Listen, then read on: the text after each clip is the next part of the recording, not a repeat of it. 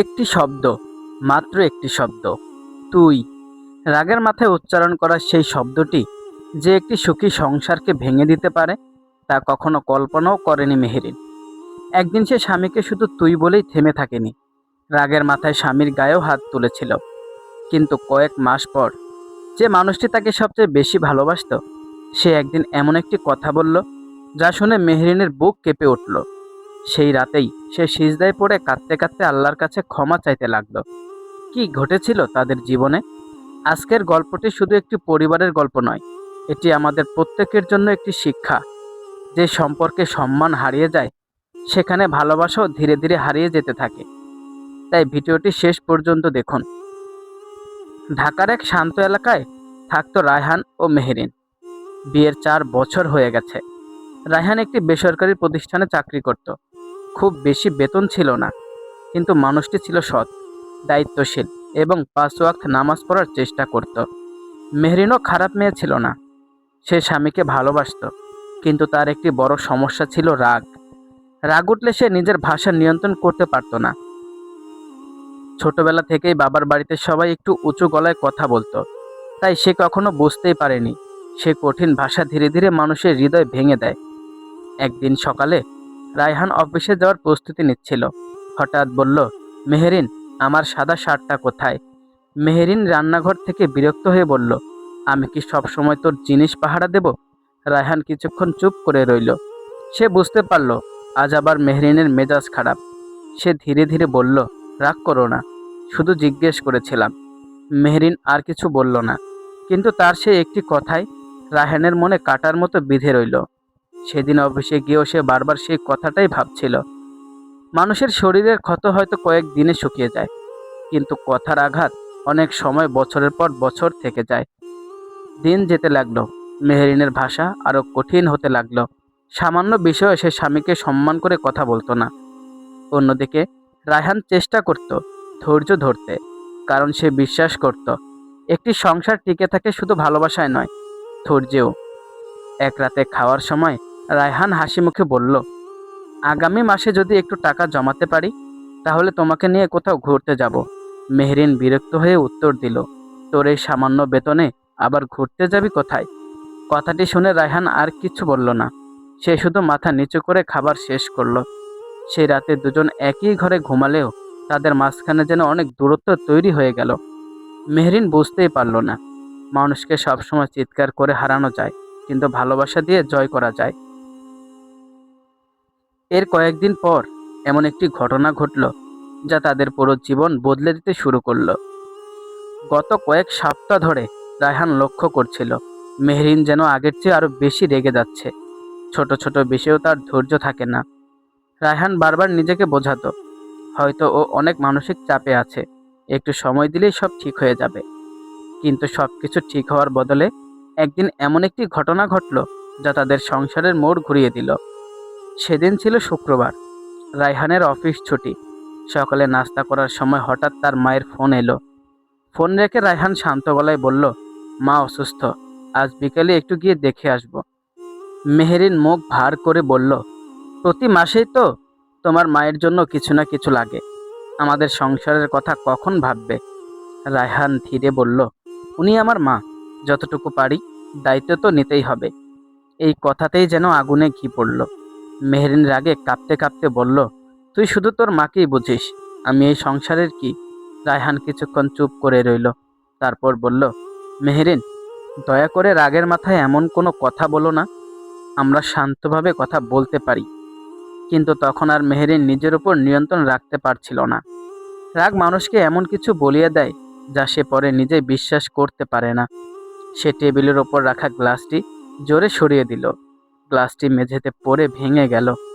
রায়হান শুধু দীর্ঘশ্বাস ফেলল। সে ঝগড়া বাড়াতে চাইল না, কিন্তু মেহেরিন এগিয়ে এসে ধাক্কা দিয়ে বলল, চুপ করে দাঁড়িয়ে আছিস কেন? ধাক্কা খেয়ে রায়হান এক পা পিছিয়ে গেল। ঘর নিস্তব্ধ হয়ে গেল। কয়েক সেকেন্ড কেউ কোনো কথা বলল না। রায়হান শুধু মেহেরিনের দিকে তাকিয়ে রইল।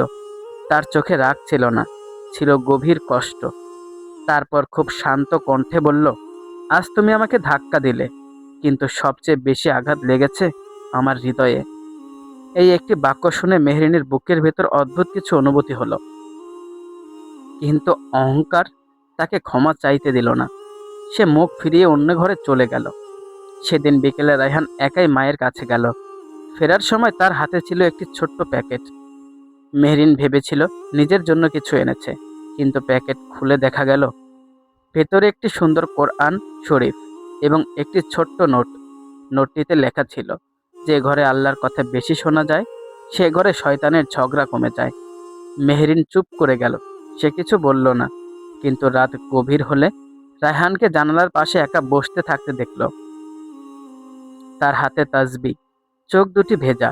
সে খুব আস্তে করে দোয়া করছিল, হে আল্লাহ, আমাদের দুজনের ভুলগুলো ক্ষমা করে দিন, আমাদের সংসারে আবার শান্তি ফিরিয়ে দিন।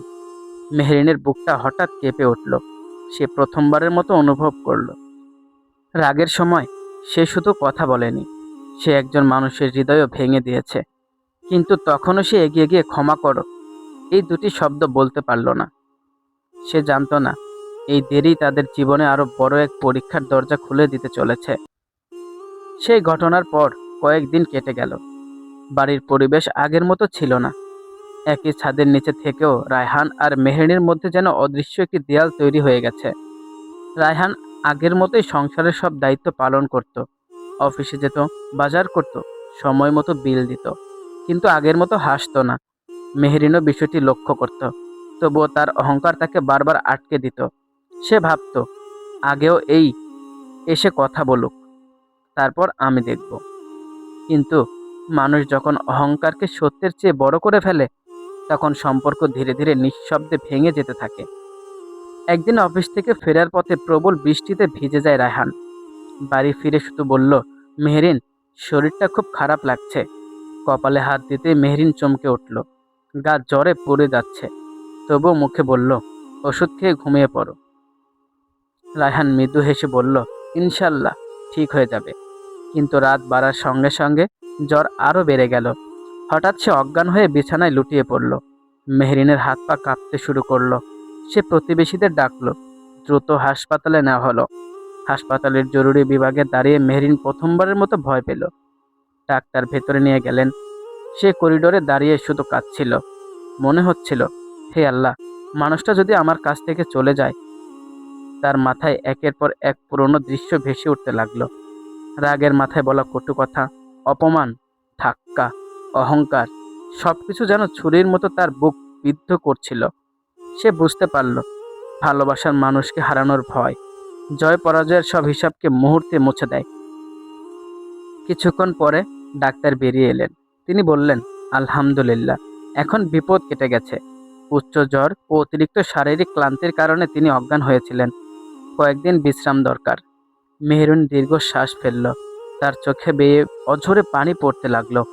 সে সিজদায় পড়ে শুধু বলল, হে আল্লাহ, আপনি আমার স্বামীকে সুস্থ করে দিন। আমি আমার ভুলগুলো শুধরে নিতে চাই। রাত গভীর। হাসপাতালের কেবিনে রায়হান ঘুমিয়ে আছে। মেহরিন চুপচাপ তার পাশে বসে। হঠাৎ তার চোখ পড়ল বালিশের পাশে রাখা একটি ছোট্ট ডায়েরির ওপর। সে দ্বিধায় পড়ল, খুলবে কি খুলবে না। শেষ পর্যন্ত ডায়েরিটি খুলে দেখল। প্রথম পাতায় লেখা, হে আল্লাহ, আমার স্ত্রীকে ভালো রাখুন, তার রাগকে শান্তিতে বদলে দিন, তাকে কখনো আমার কারণে কষ্ট দেবেন না। যদি কোনো ভুল করে থাকি, আমাকে ক্ষমা করুন। মেহরিনের হাত কাঁপতে লাগলো। পরের পাতায় লেখা, মানুষের সামনে আমি শক্ত থাকার চেষ্টা করি, কিন্তু স্ত্রী যখন আমাকে অসম্মান করে তখন খুব কষ্ট হয়। তবুও আমি চাই না সে অপমানিত হোক। আমি শুধু চাই একদিন সে আমাকে সম্মান করে ডাকুক। এই কয়েকটি লাইন পড়ে মেহরিন আর নিজেকে ধরে রাখতে পারল না। সে ডায়েরি বুকে চেপে ধরে কান্নায় ভেঙে পড়ল। সেদিন সে প্রথমবার বুঝল, একজন মানুষ চুপ থাকলেই এই নয় যে তার কষ্ট নেই। অনেক সময় সবচেয়ে নীরব মানুষটি সবচেয়ে বেশি ব্যথা লুকিয়ে রাখে। সেই রাতেই হাসপাতালের নামাজ ঘরে গিয়ে মেহরিন 2 রাকাত নফল নামাজ পড়ল। চোখের পানি থামছিল না। সে বারবার বলছিল, হে আল্লাহ, আমি আমার স্বামীর প্রতি অন্যায় করেছি, আপনি আমাকে ক্ষমা করুন, আমাকে বদলে যাওয়ার তৌফিক দিন। কিন্তু সে জানতো না, বাড়ি ফেরার পর আরো বড় একটি সত্য তার জন্য অপেক্ষা করছে। যে সত্য তার পুরো জীবনকে নতুন করে গড়ে দেবে। হাসপাতাল থেকে বাড়ি ফিরতে ফিরতে 3 দিন লেগে গেল। ডাক্তার কঠোরভাবে বলে দিয়েছিলেন অন্তত 2 সপ্তাহ সম্পূর্ণ বিশ্রামে থাকবেন, কোনো মানসিক চাপ নেওয়া যাবে না। রায়হান শুধু মুচকি এসে বলেছিল, ইনশাআল্লাহ। বাড়িতে ফেরার পর মেহরিন যেন একেবারে অন্য মানুষ হয়ে গেল। ভোরে উঠে নাস্তা বানানো, সময় মতো ওষুধ দেওয়া, চুপচাপ পাশে বসে থাকা, সবই করছিল, কিন্তু একটা শব্দ বলতে পারছিল না, আমাকে ক্ষমা করে দাও। কারণ সে জানতো কিছু ক্ষত শুধু একটি শব্দে মুছে যায় না। এক বিকেলে রায়হান ঘুমিয়েছিল। মেহরিন আলমারি গোছাতে গিয়ে একটি খাম পেল। খামের উপর লেখা, যদি কোনোদিন আমি না থাকি। মেহরিনের বুক কেঁপে উঠল। কাপা হাতে খামটি খুলল। ভেতরে একটি চিঠি। সে পড়তে শুরু করলো। প্রিয় মেহরিন, যদি কোনোদিন এই চিঠি তোমার হাতে আসে, তাহলে হয়তো আমি তোমার সামনে নেই, অথবা এমন অবস্থায় আছি যেখানে সব কথা বলতে পারিনি। আমি কখনো চাইনি তুমি আমাকে ভয় করে সম্মান করো। আমি শুধু চেয়েছিলাম তুমি আমাকে তোমার জীবনসঙ্গী হিসেবে মর্যাদা দাও। তুমি যখন রাগের মাথায় আমাকে তুই বলে ডাকতে, আমি শব্দটির জন্য কষ্ট পেতাম না। কষ্ট পেতাম এই ভেবে হয়তো আমি তোমার হৃদয়ে সেই সম্মানের জায়গাটা হারিয়ে ফেলেছি। যেদিন তুমি আমাকে ধাক্কা দিয়েছিলে, সেদিন আমার শরীরের চেয়ে মনটাই বেশি আঘাত পেয়েছিল। তবুও আমি তোমার বিরুদ্ধে কোনো অভিযোগ নিয়ে আল্লাহর কাছে দাঁড়াতে চাই না। আমি শুধু দোয়া করি আল্লাহ যেন আমাদের দুজনকেই ক্ষমা করেন, আমাদের ভুলগুলো সংশোধনের তৌফিক দেন এবং জান্নাতে আবার একসঙ্গে রাখেন। তোমার রায়হান। চিঠির শেষ লাইন পড়তেই মেহরিন মেঝেতে বসে পড়ল। চোখের পানি যেন থামছিল না। সে নিজেকেই বার প্রশ্ন করতে লাগলো, যে মানুষটি আমার জন্য এত দোয়া করেছে, আমি কি তাকে সেই সম্মান দিতে পেরেছি? সেদিন মাগরিবের আজান হলো। অনেকদিন পর মেহরিন অজু করল। নামাজে দাঁড়িয়ে সে এত কান্না করলো যে সিজদার জায়গা ভিজে গেল। সে বলল, হে আল্লাহ, আমি আমার অহংকারকে ভালোবাসার চেয়ে বড় করে ফেলেছিলাম। আপনি আমাকে ক্ষমা করুন। আমাকে এমন মানুষ বানান যে নিজের পরিবারকে সম্মান করতে জানে। সেই রাতেই রায়হানের ঘুম ভাঙল। দেখলো মেহরিন তার বিছানার পাশে বসে কাঁদছে। রায়হান অবাক হয়ে বলল, মেহরিন, কি হয়েছে? মেহরিন আর নিজেকে সামলাতে পারল না। সে কাঁদতে কাঁদতে বলল, আমি তোমার সঙ্গে অনেক অন্যায় করেছি, তোমাকে কষ্ট দিয়েছি, রাগের মাথায় এমন কথা বলেছি যা কখনো বলা উচিত ছিল না। তুমি তুমি কি আমাকে ক্ষমা করতে পারবে? রায়হান কিছুক্ষণ চুপ করে রইল। তারপর ধীরে ধীরে বলল, মেহরিন, মানুষের জীবনে ভুল হয়, কিন্তু সবচেয়ে সুন্দর মানুষ সেই যে নিজের ভুল বুঝে আল্লাহর কাছে ফিরে আসে। যদি তুমি সত্যি বদলাতে চাও, তাহলে অতীতকে শিক্ষা বানাই, শাস্তি নয়। এই কথাটি শুনে মেহরিন আরো জোরে কেঁদে উঠল। সেই রাতে তারা অনেকক্ষণ কথা বলল। প্রথমবারের মতো তারা একে অপরের অভিযোগ নয়, নিজেদের কষ্টের কথাগুলো শুনল। কারণ অনেক সময় একটি সংসার ভাঙে ঝগড়ার কারণে নয়, একজন আরেকজনের কথা না শোনার কারণে। কিন্তু তাদের পরিবর্তনের আসল পরীক্ষা তখনও বাকি ছিল। আল্লাহ কি তাদের নতুন জীবনকে শান্তিতে ভরে দেবেন? সেই রাতের পর তাদের সংসারে কোনো অলৌকিক ঘটনা ঘটেনি। হঠাৎ করে সব সমস্যা উধাও হয়ে যায়নি, কিন্তু একটি জিনিস বদলে গিয়েছিল, দুজনের মন। আর মানুষের মন বদলে গেলে আল্লাহর ইচ্ছে জীবনও ধীরে ধীরে বদলে যেতে শুরু করে। পরদিন ফজরের আজানের আগেই মেহরিনের ঘুম ভেঙে গেল। অনেকদিন পর সে নিজে থেকে অজু করল। নামাজ শেষ করে দীর্ঘক্ষণ দোয়া করল, হে আল্লাহ, আমার জিহ্বাকে সুন্দর করে দিন, আমার রাগকে ধৈর্যে বদলে দিন। আমি যেন আমার স্বামীকে সম্মান করতে পারি, আর সে যেন আমার হক আদায় করতে পারে। সেদিন রায়হান ঘুম থেকে উঠে অবাক হয়ে গেল। মেহরিন হাসি মুখে বলল, চা বানিয়ে রেখেছি। রায়হান শুধু বলল, আলহামদুলিল্লাহ। আগের মতো রাগ উঠলে এখন মেহরিন চুপ হয়ে যেত। সে বুঝে গেছে রাগের সময় বলা একটি বাক্য অনেক সময় বছরের সম্পর্ক নষ্ট করে দেয়। একদিন রান্না করতে গিয়ে খাবারের লবণ একটু বেশি হয়ে গেল। আগের হলে হয়তো দুজনের মধ্যে তর্ক শুরু হয়ে যেত, কিন্তু রায়হান হেসে বলল, আজ মনে হয় লবণ একটু বেশি হয়েছে, সমস্যা নেই, আমরা একসঙ্গে খেয়ে নেব। মেহরিন মাথা নিচু করে বলল, ধন্যবাদ, আগে হলে আমি হয়তো আবার রেগে যেতাম। রায়হান উত্তর দিল, আমরাও তো শিখছি। একদিন বিকেলে মেহরিন তার শাশুড়ির বাড়িতে গেল। দরজা খুলতে শাশুড়ি তাকে জড়িয়ে ধরলেন। মেহরিনের চোখে পানি চলে এলো। সে বলল, আম্মা, যদি কখনো আপনাকে কষ্ট দিয়ে থাকি, আমাকে ক্ষমা করবেন। বয়স্ক সেই মা তার মাথায় হাত রেখে বললেন, মা, যে নিজের ভুল বুঝতে পারে, আল্লাহ তাকে অনেক ভালোবাসেন। সংসার জিতে যায় শক্তি দিয়ে নয়, ক্ষমা দিয়ে। এই কথাগুলো মেহরিনের হৃদয়ে গেঁথে গেল। ধীরে ধীরে তাদের ঘরের নতুন অভ্যাস তৈরি হলো। প্রতিদিন রাতে অন্তত 10 মিনিট তারা মোবাইল দূরে রেখে শুধু গল্প করত। কে কেমন আছে, কি কষ্ট হচ্ছে, কি স্বপ্ন আছে, সব কথা বলতো। প্রতি শুক্রবার তারা একসঙ্গে সূরা আল কাহফ তেলাওয়াত শুনত। মাঝে মধ্যে একসঙ্গে দোয়া করত। তাদের ঘরে আগের মতো বড় বড় দামি জিনিস আসেনি, কিন্তু শান্তি আসতে শুরু করেছিল। আর শান্তির মূল্য অনেক সময় টাকার চেয়েও বেশি। কয়েক মাস পর রায়হানের অফিস থেকে একটি সুখবর এলো। দীর্ঘদিনের সততা আর পরিশ্রমের জন্য তার পদোন্নতি হলো, বেতনও বাড়ল। খবরটি শুনে মেহরিন চোখ ভিজিয়ে বলল, আলহামদুলিল্লাহ। রায়হান হেসে বলল, রিজিক আল্লাহই দেন। আমাদের কাজ শুধু চেষ্টা করা আর তার ওপর ভরসা রাখা। সেদিন সন্ধ্যায় বারান্দায় দাঁড়িয়ে মেহরিন বলল, জানো, আমি আগে ভাবতাম সংসার শুধু ভালোবাসায় চলে। আজ বুঝেছি সম্মান ছাড়া ভালোবাসা একদিন ক্লান্ত হয়ে যায়। রায়হান মৃদু হেসে বলল, আর আমি শিখেছি ধৈর্য অনেক বড় নিয়ামত। তবে ধৈর্যের সঙ্গে সত্য কথাও বলতে হয়, যাতে ভুলগুলো ঠিক করা যায়। দুজনেই আকাশের দিকে তাকিয়ে রইল। মনে হচ্ছিল যে ঘরে একসময় রাগের শব্দ শোনা যেত, সেই ঘরে আজ আলহামদুলিল্লাহ শব্দটি বেশি শোনা যায়। এই গল্প থেকে আমাদের শিক্ষা কি?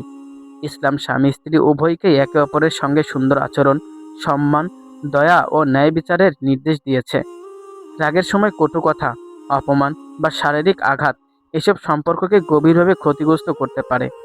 তাই কেউ ভুল করলে অহংকারে অটল না থেকে ক্ষমা চাওয়া, ক্ষমা করা এবং আল্লাহর কাছে তওবা করা, এটাই একজন মুমিনের পথ।